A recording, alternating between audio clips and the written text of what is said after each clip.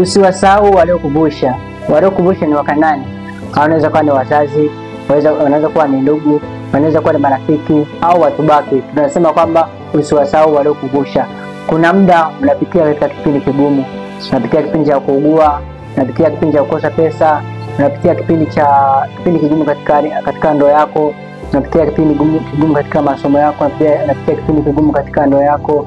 Tunasema kwamba usiwasahau waliokumbusha. Unapokuwa unapitia katika kipindi kigumu, kuna muda unapata msaada wa marafiki, unapata msaada wa wazazi, unapata msaada wa ndugu, unapata msaada wa watu mbalimbali. Tunasema kwamba unapokuwa umeshapata vile ambavyo ulikuwa unahitaji, tunasema kwamba usiwasahau waliokumbusha. Kuna muda inabidi upate ada ya shule, lakini unajikuta hauna ada ya shule. Kuna mtu anakuja pale anakusaidia ada ya shule.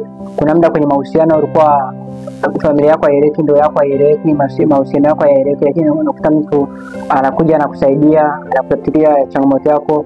Tunasema baada ya kuweza kupata kile ambacho kwa unakutaka, usiwasahau wale waliokumbusha.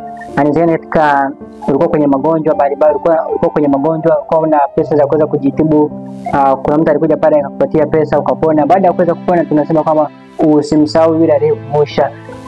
Kuvuka ni kama kuvuka ni hali ya kipindi mbalimbali ambapo unakutana kwenye maisha. Kuna muda kwenye maisha unakutana na beria fulani, unakutana na vikwazo fulani.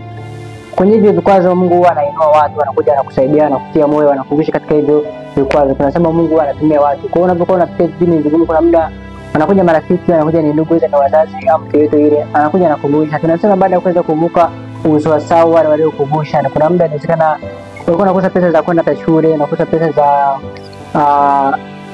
kwa ajili ya mahitaji mbalimbali. Tunasema baada ya kuweza kupata vitu vyote hivyo, usiwasahau wale waliokumbusha.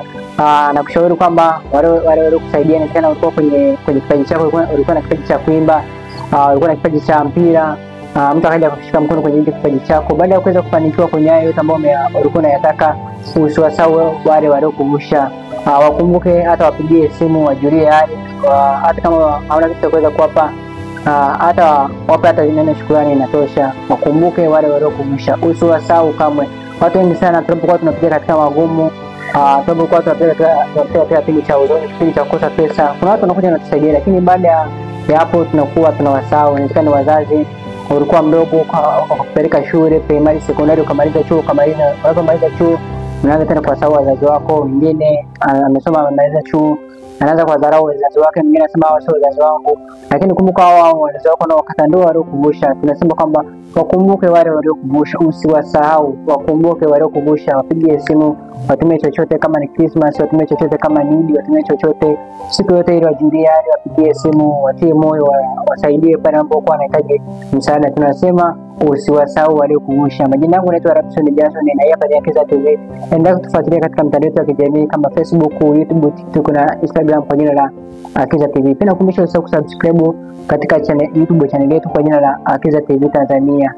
Pia nakukumbusha naendelea kukumbusha kwamba usisahau kucomment, weka hapo comment yako, pia weka like, share, itakuwa inapendeza na Mungu akubariki sana.